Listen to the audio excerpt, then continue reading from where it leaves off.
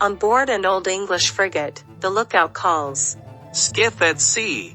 It looks like a swan-shaped golden cradle with a toddler dressed up in gold inside. In the cradle, the captain finds a golden book with strange Hebrew signs, which tells the story of a young student called Rachel, in Grenada, in 1347.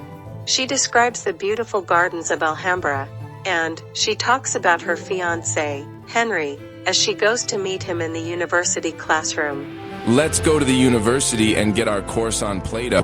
Today's topic, Plato's teachings about the world of ideas of the Academy. The course has already started, and the master is talking.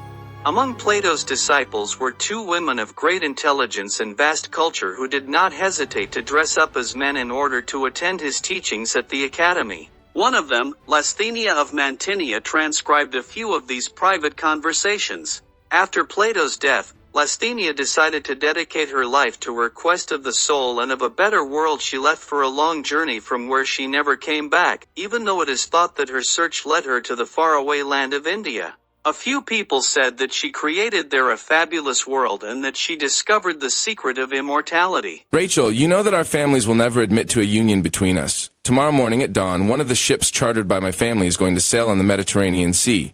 We will first ride to Almeria, where we will board a schooner sailing to Acre. From there, we will try to join a caravan to the Persian port of Ormuz. Then, we will sail again until the great Indian port of Mumbai. Once in India, we will be looking for Lasthenia of Mantinea and for her secret of immortality. They ride until dawn towards Almeria. When they reach the harbor, they immediately board a ship, which is ready to sail away.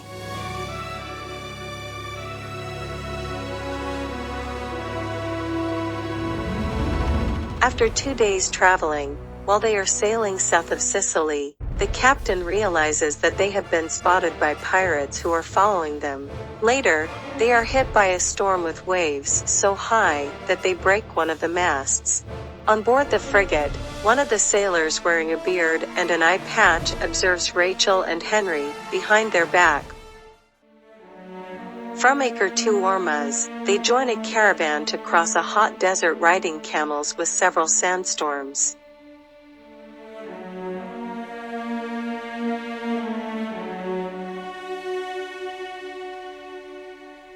Be courageous, my love, we will soon be there. In Ormuz, the trip continues by boat to India. Their felucca follows the coast, without any incidents, to the port of Mumbai.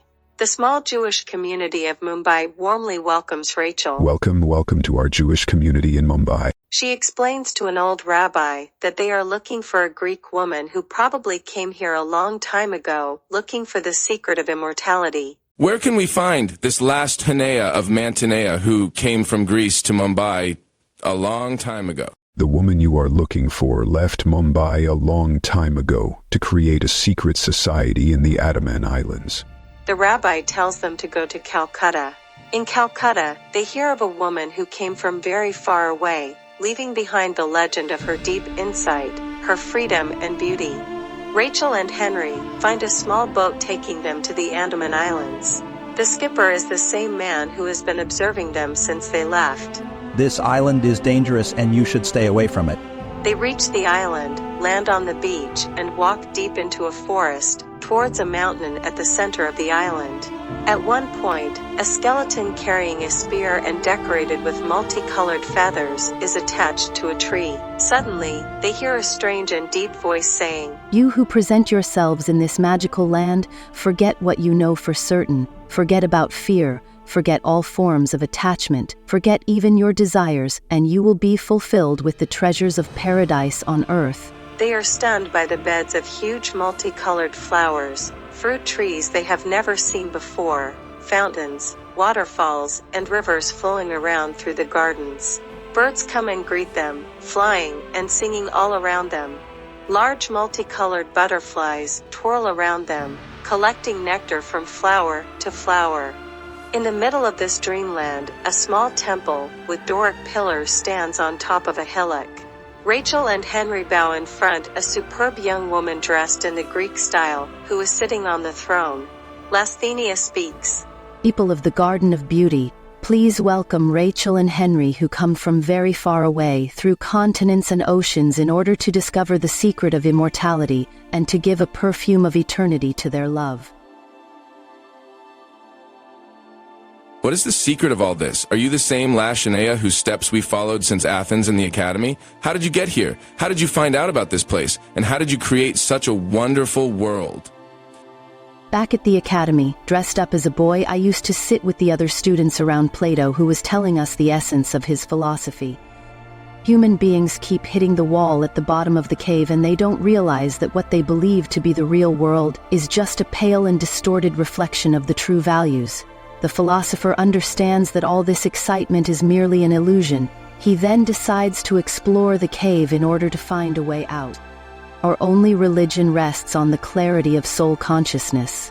The purity of the soul and of nature is what guides our consciousness. Harmony in relationships is what links us together. The lamb is not afraid of the lion, who seems as sweet as the lamb.